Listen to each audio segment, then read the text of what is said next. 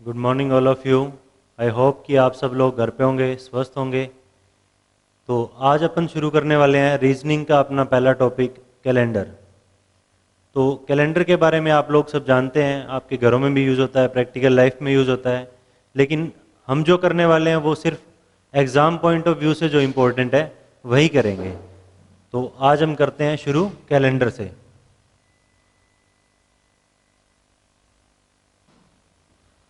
जब मैं कैलेंडर की बात करूँगा तो दो चीज़ें आपके सामने आएगी। एक होगा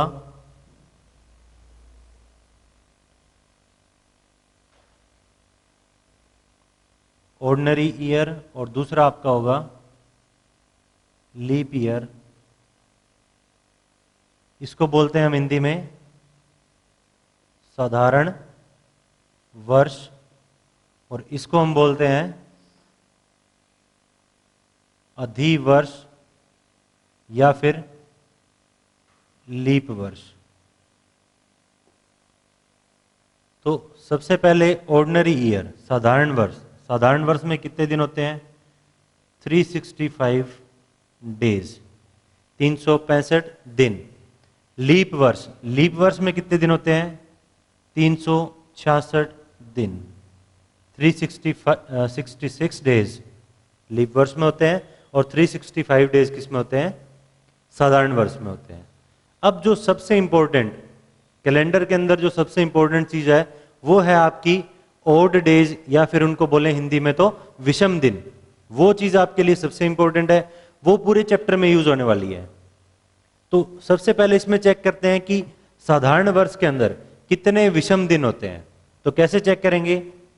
365 दिन कितने होते हैं इसके अंदर, साधारण वर्ष के अंदर होते हैं। तो हमें सबसे पहले ये पता है ना कि एक हफ्ते में कितने दिन होते हैं? 7 डेज। इन 1 वीक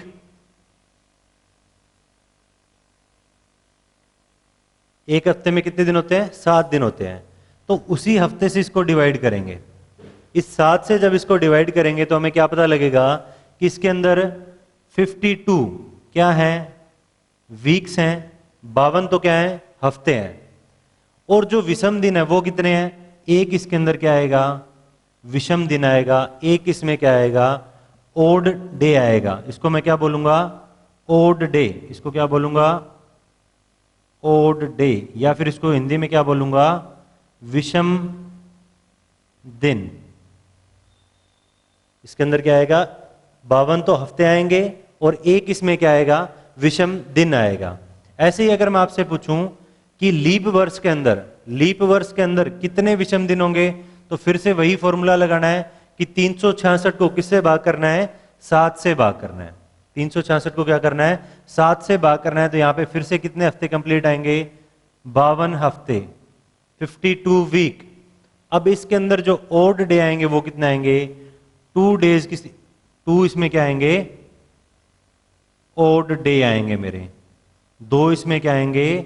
विषम दिन आएंगे। ठीक है। 7 से इसको डिवाइड किया, 7 से 5 पे गया, कितना गया? 35। एक इसमें रिमाइंडर बच गया, कितना आया? 16। तो कितने पे गया? 2 पे गया। 7 दूनी 14 और बच गया कितना? 2। तो इसमें जो विषम दिन है वो कितने आ गए मेरे? 2 इसमें विषम दिन आ गए। बात समझ में आई? यहां पे विषम दिन कितने थे? 1 थे, और यहां पे विषम दिन कितने थे? 2 थे। इसी वजह से साधारण वर्ष में कितने दिन थे? 365 दिन थे, और इसके अंदर कितने दिन थे? 366 दिन थे, क्योंकि इसके अंदर एक ओड डे इससे क्या है? साधारण वर्ष से लीप वर्ष में एक ओड डे क्या है? ज्यादा है। ठीक है।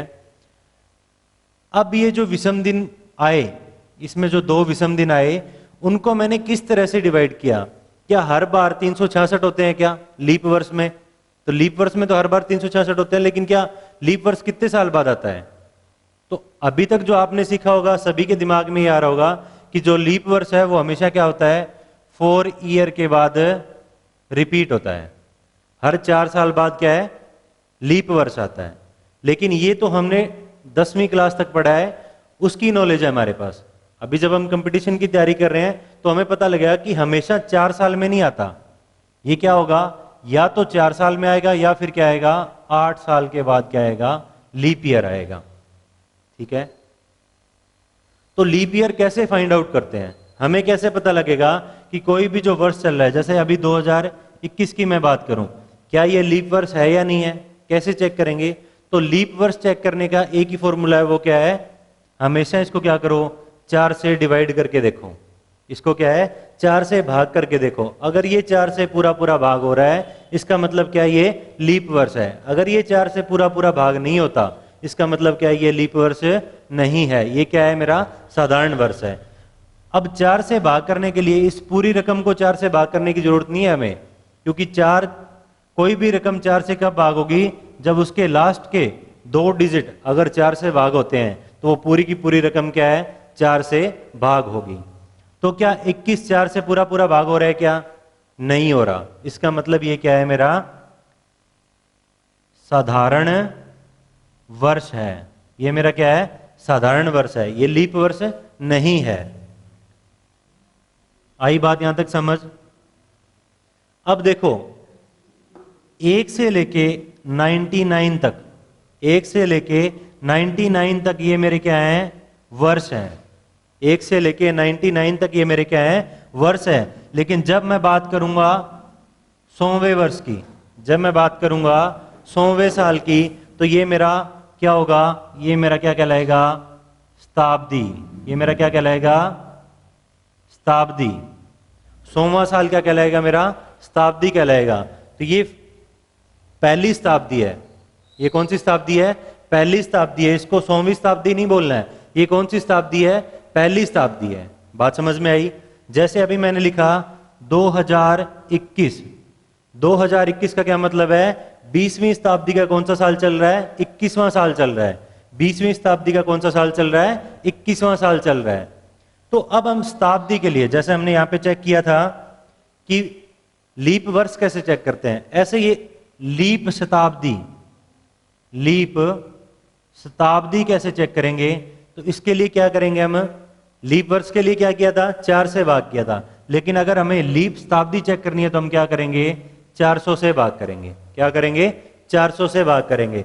तो मैंने आपसे पूछा, जो पहली शताब्दी है, जो 100वां साल है, क्या ये लीप शताब्दी है? क्या नहीं है। क्यों नहीं है? क्योंकि ये पूरा पूरा भाग नहीं हो रहा है, ये पूरा पूरा भाग नहीं हो रहा है। मैंने आपसे पूछा 12वीं, ये कौन सी शताब्दी है, 12वीं शताब्दी है। क्या 12वीं शताब्दी 400 से पूरा पूरा भाग होगी क्या? तो यहां से साफ दिख रहा है कि 2 0 से 2 0 कैंसिल होगी, और 4 से 3 पे ये कट गया, तो ये पूरा पूरा भाग हो रहा है। इसका मतलब 12वीं शताब्दी मेरी क्या है, 12वीं शताब्दी क्या है, लीप शताब्दी है। कौन सी है, लीप शताब्दी। 12वीं शताब्दी क्या है मेरी, लीप शताब्दी है। बात समझ में आई यहां तक? ये चीजें इंपॉर्टेंट है, ये सबसे बेसिक चीजें हैं इसके अंदर, कि हमें नहीं पता होता, काफी स्टूडेंट को नहीं पता होता कि ये जो 100वां साल है, ये पहली शताब्दी है। बहुत से लोग इसको 100वीं शताब्दी मान लेते हैं, लेकिन ये 100वीं शताब्दी नहीं है। कौन सी है, पहली शताब्दी है। जिसके अंदर 100 आ गया, उसको हम क्या बोलेंगे, शताब्दी बोलेंगे। जैसे इसके अंदर 1200 के अंदर क्या आ गया, 100 आ रहा है, क्योंकि 1200 कैसे लिखते हैं, 1200 को कैसे लिखेंगे, 12 गुणा 100 ऐसे लिखेंगे। तो ये क्या है, 12वीं शताब्दी। ये क्या है, 12वीं शताब्दी। बात समझ में आई यहां तक? चलो अब इनको अलग अलग डिटेल में पढ़ते हैं।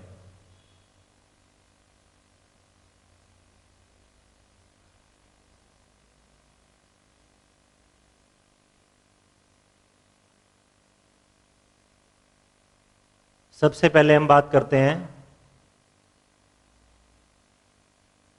ऑर्डिनरी ईयर या फिर साधारण वर्ष की बात करते हैं। ऑर्डिनरी ईयर या फिर क्या करते हैं, साधारण वर्ष की बात करते हैं। इसके अंदर हमें पता है कितने दिन होते हैं, 365 दिन होते हैं, और इसमें क्या होते हैं, 52 हफ्ते, 52 वीक्स, एंड 1 क्या होता है, ऑड डे होता है इसके अंदर। ठीक है, तो इसमें जो इसका फर्स्ट डे होगा, first day of the year is equal to, जो इसका पहला दिन होगा वही इसका क्या होगा, last day of the year. जो इसका प्रथम दिन होगा वही इसका क्या होगा, अंतिम दिन होगा। कैसे? जैसे कि मैंने बोला 1 जनवरी 2005 को संडे था, और मैंने आपसे पूछा 31 दिसंबर 2005 को कौन सा दिन था।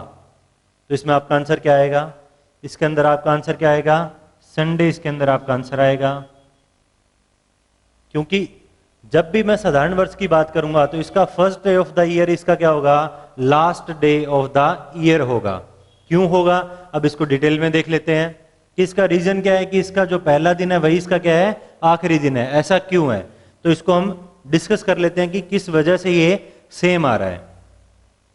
देखो इसके अंदर क्या है, 52 हफ्ते कंप्लीट हो रहे हैं और एक इसमें क्या बच रहा है, विषम दिन बच रहा है।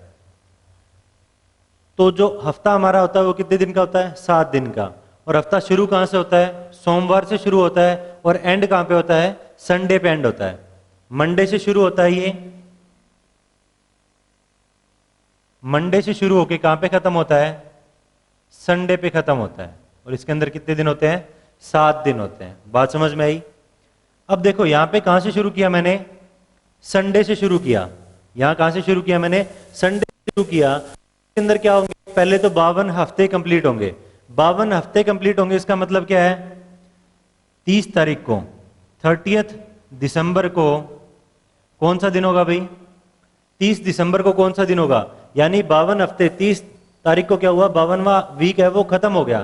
तो अगर संडे से शुरू हुआ है तो खत्म कहां पे होगा, कहां होगा खत्म, सैटरडे पे। कहां खत्म होगा, सैटरडे पे खत्म होगा।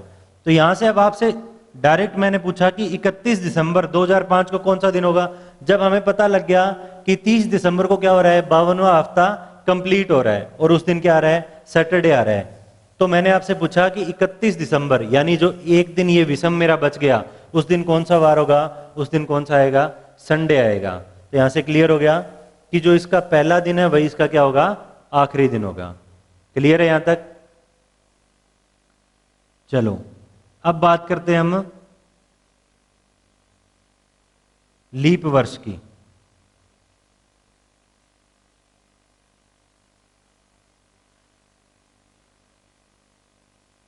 लीप ईयर की, या फिर मैं हिंदी में बोलूं तो लीप वर्ष की बात करते हैं। तो इसके अंदर क्या होगा, first day of the year is equal to last day of the year. वो किसके इक्वल होगा, इसका जो फर्स्ट डे है उसके नेक्स्ट डे के इक्वल होगा। लास्ट डे होगा वो क्या होगा, इसका जो फर्स्ट डे है उससे नेक्स्ट डे के इक्वल होगा। कैसे होगा, डिटेल में देख लेते हैं। मान लो मैंने आपसे पूछा कि 1 जनवरी 2004 को 1 जनवरी 2004 को मंडे था। 1 जनवरी 2004 को क्या था, मंडे था। मैंने आपसे पूछा 31 दिसंबर 2004 को कौन सा दिन होगा। मैंने आपसे क्या पूछा, 31 दिसंबर 2004 को कौन सा दिन होगा। मैंने आपको बताया कि 1 जनवरी 2004 को क्या है, मेरा मंडे है। तो इसमें देखो कितने होते हैं, 52 तो क्या होते हैं इसके अंदर, वीक होते हैं, और 2 इसमें क्या होते हैं, ओड डे होते हैं। 52 तो इसमें क्या होते हैं, हफ्ते होते हैं, और 2 इसमें क्या होते हैं, विषम दिन होते हैं। तो अब इसका जो 52वां हफ्ता कंप्लीट होगा वो कितनी तारीख को होगा, वो अब कितनी को होगा, 29 दिसंबर को इसका क्या होगा, 52वें हफ्ते का लास्ट दिन होगा। यानी अगर इसने मंडे से शुरू किया तो 29 तारीख को कौन सा दिन होगा, मंडे को अगर इसने शुरू किया तो 29 तारीख को कौन सा दिन होगा, क्योंकि यहां मंडे शुरू हुआ है तो खत्म कहां पे होगा, ये संडे पे जाके खत्म होगा। तो 29 तारीख को कौन सा दिन होगा, रविवार होगा। तो मैंने आपसे पूछा कि 31 दिसंबर 2004 को कौन सा दिन होगा। तो यहां से साफ पता लग रहा है कि 31 तारीख को कौन सा दिन होगा, यहां पे ट्यूसडे। 31 तारीख को कौन सा दिन होगा, ट्यूसडे होगा। यही बात मैंने आपको पहले बताई कि जो इसका लास्ट डे होगा वो क्या होगा, इसके फर्स्ट डे का नेक्स्ट डे होगा। यानी जो फर्स्ट डे क्या था, मंडे, उसका अगला दिन कौन सा था, ट्यूसडे। तो इसका जो फर्स्ट डे था और इसका जो लास्ट डे था उसमें कितने का अंतर है, +1। कितने का अंतर है, एक दिन का अंतर है। ऐसे याद रखना है कि जो लीप वर्ष की जब मैं बात करूंगा तो उसका आखिरी दिन क्या होगा, पहले दिन के अगला दिन होगा। पहले दिन के क्या होगा, अगला दिन होगा।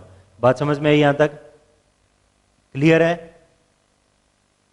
चलो अब हमें ये तो पता लग गया ना कि लीप वर्ष कैसे चेक करते हैं। 2004 क्यों लीप वर्ष है, क्योंकि ये 4 से भाग हो रहा है, 4 से पूरा पूरा भाग हो रहा है। और कैसे पता करते हैं कि 4 से भाग हो रहा है या नहीं हो रहा, तो उसके लास्ट के 2 डिजिट अगर 4 से भाग हो रहे हैं, इसका मतलब क्या है, वो पूरी की पूरी रकम क्या है, 4 से भाग हो रही है। ठीक है,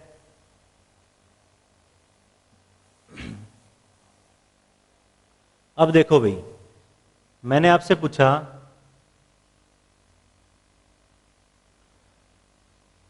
20 मई 1997 को ट्यूसडे था, तो 20 मई 1998 को कौन सा दिन होगा। मैंने आपसे पूछा 20 मई 1997 को क्या था, मंगलवार था। और मैंने आपसे पूछा 20 मई 1998 को कौन सा दिन होगा। तो कैसे निकालेंगे भाई, इसमें कैसे चेक करेंगे, तो इसका यही रूल है। इसका रूल क्या कहता है कि जब डेट सेम होगी, जब डेट क्या होगी, सेम होगी, और ईयर इसमें क्या हो रहा है, चेंज हो रहा है। ईयर इसमें क्या हो रहा है, चेंज हो रहा है। कौन सा साल है, उसके नेक्स्ट ईयर 97 से कहां पे आगे, 98 पे आगे। तो हमें सिंपली क्या करना है, अगर ये साधारण वर्ष है तो क्या करना है, +1 कर देना है। अगर ये साधारण वर्ष है तो क्या करना है, +1 कर देना है। और अगर ये लीप वर्ष है तो हमें क्या कर देना है, +2 कर देना है। इतनी सी बात याद रखनी है। अगर डेट सेम है, ईयर चेंज हो रहा है, तो हमें क्या करना है, उसके अंदर सिंपली +1 कर देना है। यानी अगर 20 मई 1997 को क्या है, मंगलवार है, और आपसे पूछा 20 मई 1998 को कौन सा दिन होगा, तो यहां पे देखो 97 जो है, क्या ये लीप वर्ष है क्या, 97 लीप वर्ष है क्या। कैसे चेक करेंगे, 97 को भाग करेंगे किससे, 4 से, तो कितने पे जाएगा, 4 दूनी 8, बच गया कितना, 1, 4 चौक 16, 1, रिमाइंडर कितना बच गया, इसमें 1 बच गया है। यानी ये पूरा पूरा भाग नहीं हो रहा है। और अगर ये पूरा पूरा भाग नहीं हो रहा है, इसका मतलब क्या है, ये लीप वर्ष नहीं है, ये कैसा है, साधारण वर्ष है। ये कैसा है, साधारण वर्ष है। अब 1998 को भी चेक करना पड़ेगा। 1998 को क्या करूं, 4 से भाग करूं। अगर इसको 4 से भाग किया तो फिर कितने पे गया, 2 पे गया, रिमाइंडर कितना बचा, 1। और जब 18 को 4 से भाग किया तो कितने पे गया, 4 पे, और रिमाइंडर कितना बच गया, 2 बच गया। यानी अब ये भी पूरा पूरा भाग नहीं हो रहा है। यानी दोनों के दोनों कैसे हैं, साधारण वर्ष हैं। दोनों के दोनों कैसे हैं मेरे, साधारण वर्ष हैं। दोनों के दोनों ऑर्डिनरी ईयर हैं। और जब साधारण वर्ष की बात करूंगा तो उसमें क्या होगा, +1 कर देना है। मुझे क्या करना है, +1 कर देना है। यानी अगर 20 मई 1997 को ट्यूसडे है, तो 20 मई 1998 को कौन सा दिन होगा, वेडनेसडे। कौन सा दिन होगा, वेडनेसडे।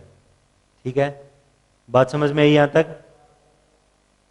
चलो अगले क्वेश्चन की तरफ बढ़ते हैं।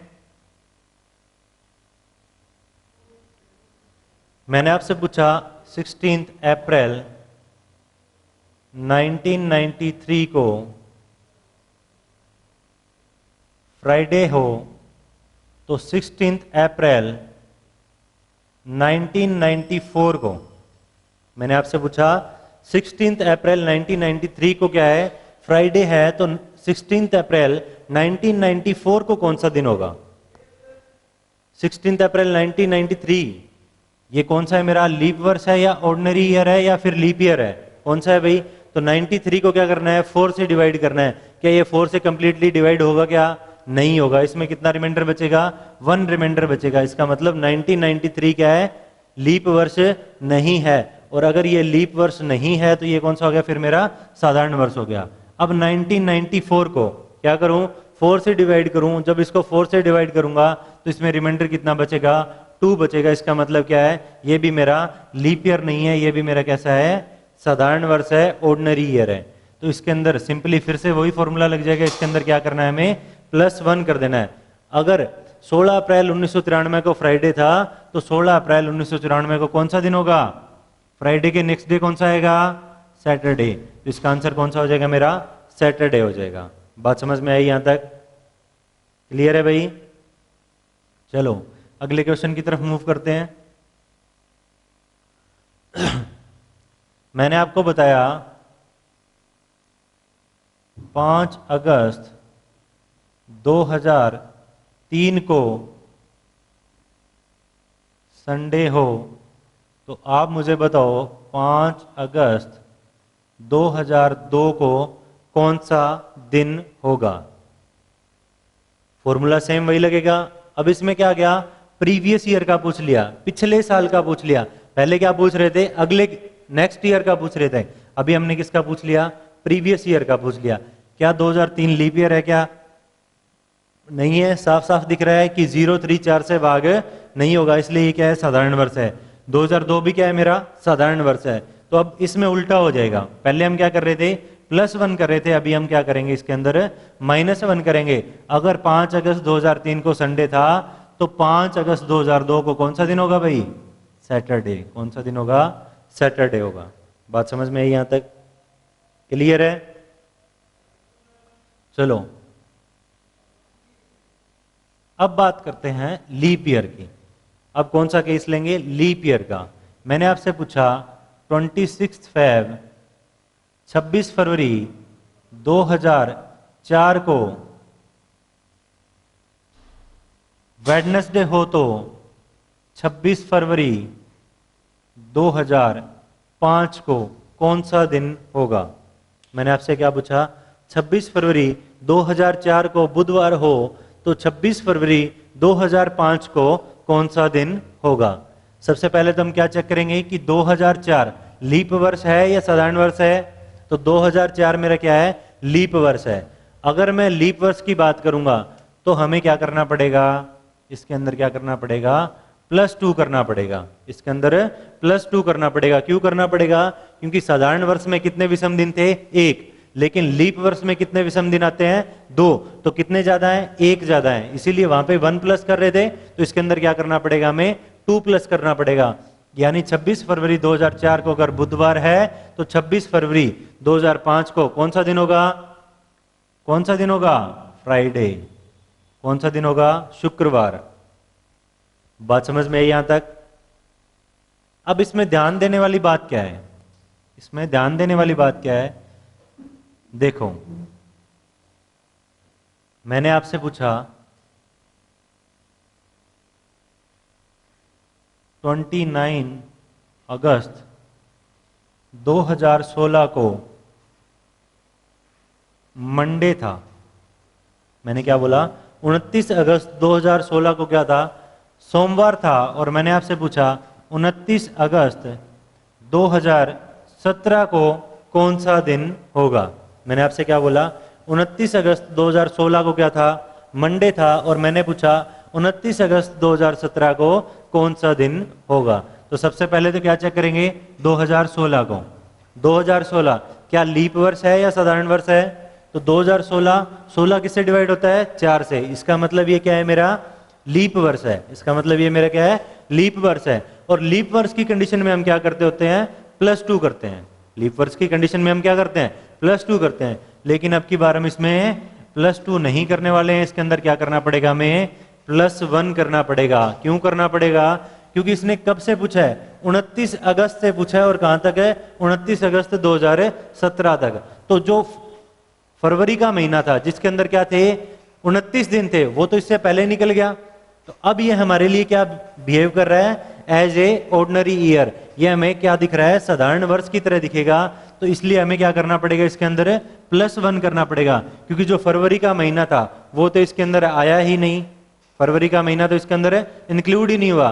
तो जो एक दिन एक्स्ट्रा था वो इसके अंदर इंक्लूड नहीं हुआ। तो ये मेरा क्या हो गया, साधारण वर्ष की तरह हो गया। तो इसमें मुझे क्या करना पड़ेगा, +1 करना पड़ेगा। तो 29 अगस्त 2017 को कौन सा दिन होगा, ट्यूसडे। कौन सा दिन होगा, ट्यूसडे। बात समझ में आई यहां तक? क्लियर है? एक और क्वेश्चन करते हैं।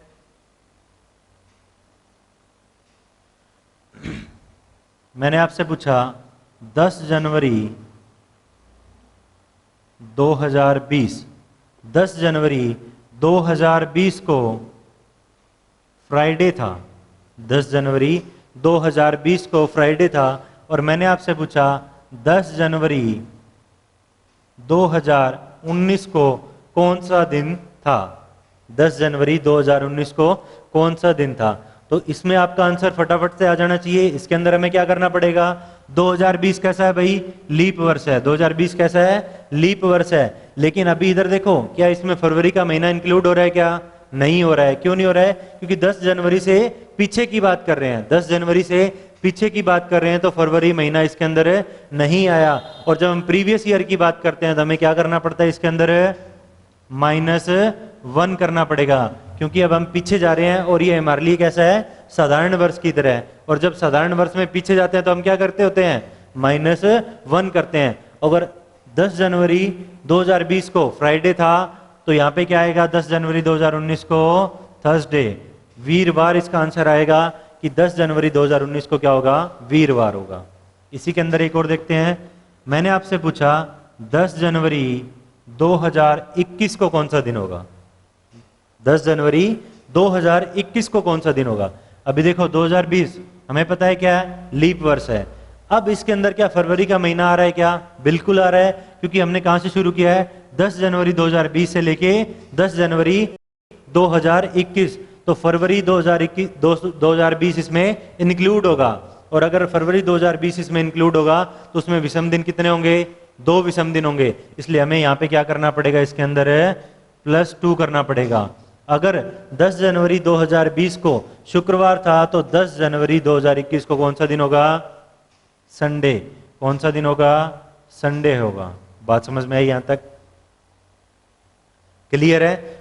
बस हमें ये ध्यान रखना है कि जब लीप वर्ष आएगा तो उसके अंदर फरवरी का महीना इंक्लूड हो रहा है या नहीं हो रहा है, इतनी बात हमें ध्यान रखनी है, ठीक है।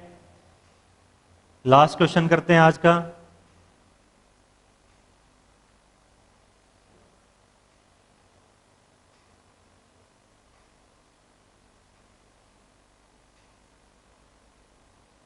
दस जनवरी 2002 को अगर संडे हो तो 10 अगस्त 2009 को कौन सा दिन होगा। हमें क्या फाइंड आउट करना है, 10 जनवरी 2002 को क्या है, संडे था, तो 10 अगस्त 2009 को कौन सा दिन होगा। कैसे फाइंड आउट करेंगे, पहले हमारे पास क्या था, नेक्स्ट ईयर का पूछ रहा था, लेकिन अभी जो गैप आ गया वो कितने का आ गया, 7 ईयर का गैप आ गया। तो इसमें घबराने की कोई जरूरत नहीं है, इसको ध्यान से देखो। सबसे पहले हम कहां जाएंगे, हमें 10 अगस्त 2009 से कोई मतलब नहीं है। अभी हमें कहां सा निकालना है, 10 अगस्त 2009 का निकालना है, लेकिन अभी हमें इससे कोई मतलब नहीं है। पहले हम क्या करेंगे, 10 जनवरी 2009 को कौन सा दिन होगा ये फाइंड आउट करेंगे। कैसे करेंगे, 2002 से 2009 में कितना डिफरेंस है, 7 ईयर का, कितने साल का है, 7 साल का। तो हमें पता है कि साधारण वर्ष में क्या होता है, एक दिन हमेशा क्या होता है, विषम होता है, एक दिन एक्स्ट्रा होता है। तो 7 साल में कितने एक्स्ट्रा डेज होंगे, 7। कितने एक्स्ट्रा डेज हो गए, 7। बात समझ में आई। अगर मैं बात करूं लीप वर्ष की तो उसके अंदर कितने होते हैं, 2 दिन एक्स्ट्रा होते हैं, लेकिन एक तो हमने ले लिया। इसके अंदर कौन से लीप वर्ष आएंगे, 2004 आएगा और 2008 आएगा। कौन से आएंगे, 2004 आएगा और 2008 आएगा। 2004 के अंदर भी कितने विषम दिन होंगे, 2, और 2008 के अंदर भी कितने विषम दिन होंगे, 2। लेकिन एक तो हमने पहले ही ले लिया, कब, जब 2002 से 2009 की बात की तो एक तो हमने इसके अंदर ले लिया, बचे कितने, 2। कौन से, एक 2004 का और एक 2008 का। तो विषम दिन कितने हो गए मेरे, 7 और 2 9। कितने विषम दिन हो गए, 9 विषम दिन हो गए। लेकिन ये क्या 7 मेरे काम का है क्या, नहीं है, क्योंकि 7 का मतलब क्या है, हफ्ता कंप्लीट हो गया, और हफ्ता कंप्लीट हो गया इसका मतलब एक्स्ट्रा डे कितने बचे, 2 दिन। कितने एक्स्ट्रा डेज बचे, 2 दिन। तो 10 जनवरी 2009 को कौन सा दिन होगा, संडे में क्या करना है, हमें 2 दिन जोड़ देने हैं। तो संडे में जब 2 दिन जोड़ दूंगा तो कौन सा आंसर आएगा, ट्यूसडे। कौन सा आंसर आएगा, ट्यूसडे। तो 10 जनवरी 2009 को कौन सा दिन होगा, मंगलवार होगा। लेकिन अभी देखो हमें किसका पूछा है, 10 अगस्त 2009 का। अभी हमसे किसका पूछा है, 10 अगस्त 2009 का।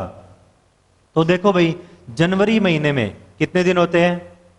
जनवरी महीने में कितने दिन होते हैं? 31 दिन। सभी को पता है ना ये? जनवरी महीने में कितने दिन होते हैं? 31 दिन। फरवरी में कितने होते हैं? 28 या फिर कितने होते हैं? 29 दिन। मार्च के महीने में कितने दिन होते हैं?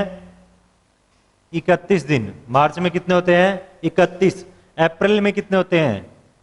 30। अप्रैल में कितने होते हैं? 30। मई के अंदर कितने होते हैं? 31। जून के अंदर 30। जुलाई के अंदर 31। अगस्त के अंदर 31। सितंबर के अंदर 30। अक्टूबर के अंदर 31। नवंबर के अंदर 30। दिसंबर के अंदर 31। क्लियर है यहां तक? क्लियर है यहां तक? अब देखो 10 जनवरी 2009 तक हम पहुंच गए, तो बचे कितने दिन? जनवरी महीने में कितने दिन होते हैं? 31, जिसमें से 10 का हिसाब तो हमने कर दिया। बचे कितने? 21 दिन। बचे कितने? 21 दिन। क्या 21 ये मेरे काम के हैं क्या? नहीं है। क्यों नहीं है? क्योंकि ये 7 से जब भाग करूंगा तो पूरा पूरा भाग होगा। कितने पे जाएगा? 3 पे। ये पूरा पूरा भाग होगा। इसका मतलब क्या है कि 31 तारीख को भी कौन सा दिन होगा? ट्यूसडे ही होगा। 31 तारीख को भी कौन सा दिन होगा? ट्यूसडे ही होगा। तो ये मेरे 21 दिन कोई काम के नहीं है। तो हमने जनवरी महीने का हिसाब कर दिया, उसमें कोई भी विषम दिन नहीं आया। अब बात करें फरवरी महीने की, तो फरवरी महीने में कितने विषम दिन होंगे? 2009। 2009 कैसा है? लीप वर्ष है या साधारण वर्ष है?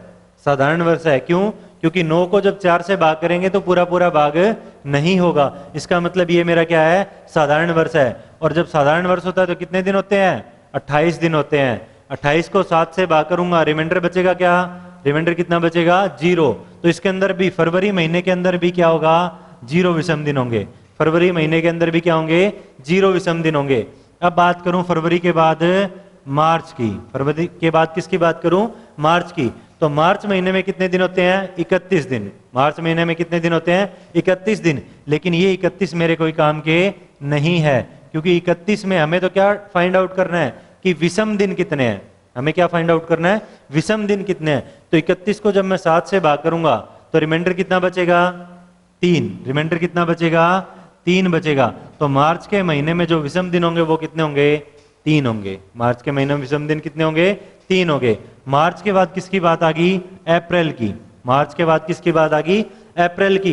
तो अप्रैल महीने में कितने दिन होते हैं? 30 दिन। अप्रैल महीने में कितने होते हैं? 30 दिन। ये 30 हमारे कोई काम के नहीं है। हमें सिर्फ क्या चेक करना है कि इसके अंदर विषम दिन कितने हैं। तो कितने विषम दिन आएंगे? 30 को क्या करूं? 7 से भाग करूं। 30 को 7 से भाग करूं तो रिमाइंडर कितना बचेगा? 2। तो अप्रैल महीने में कितने विषम दिन आएंगे? 2। अप्रैल के बाद मई। अप्रैल के बाद मई। मई महीने में कितने दिन होते हैं? 31 दिन। 31 दिन। तो विषम दिन कितने बच गए? 3। मई के बाद किसकी बात करूं? जून। जून महीने में कितने दिन होते हैं? 30 दिन। तो विषम कितने बच गए? 2। जून के बाद किसकी बात करूं? जुलाई। जुलाई महीने में कितने दिन होते हैं? 31 दिन होते हैं। तो वहां से विषम दिन कितने बच गए? 3। अब बात किसकी करनी है? 10 अगस्त 2009। अब हमें किसकी बात करनी है? 10 अगस्त की बात करनी है। कहां तक जाना है? 10 अगस्त तक जाना है। अब हमें ये नहीं देखना कि अगस्त महीने में कितने दिन होते हैं। अगस्त महीने में कितने दिन होते हैं वैसे? 31। तो विषम दिन कितने आएंगे? 3। लेकिन अभी हमें 31 अगस्त तक नहीं जाना है। हमें कहां तक जाना है? 10 अगस्त तक जाना है। तो 10 अगस्त तक जाएंगे तो कितने विषम दिन आएंगे? 10 को क्या करूं? 7 से भाग कर दूं तो रिमाइंडर कितना बचेगा? शेषफल कितना बचेगा? 3। तो अगस्त महीने में जो विषम दिन आएंगे वो कितने आएंगे मेरे? 3 आएंगे। कितने आएंगे? 3 आएंगे। अब देखो इन सभी को टोटल कर लेता हूं। कितना आया? 3 3 6 और 2 8, 8 और 3 11, 11 और 2 13, 13 और 3 16। कितने आ गए टोटल विषम दिन? कितने आ गए? 16 आ गए। क्या ये 16 विषम दिन हमारे काम के हैं क्या? नहीं है। तो क्या करूंगा? फिर से 7 से भाग करूंगा तो कितने पे जाएगा? 2 पे जाएगा। 14 आएगा। रिमाइंडर कितना बचेगा? 2।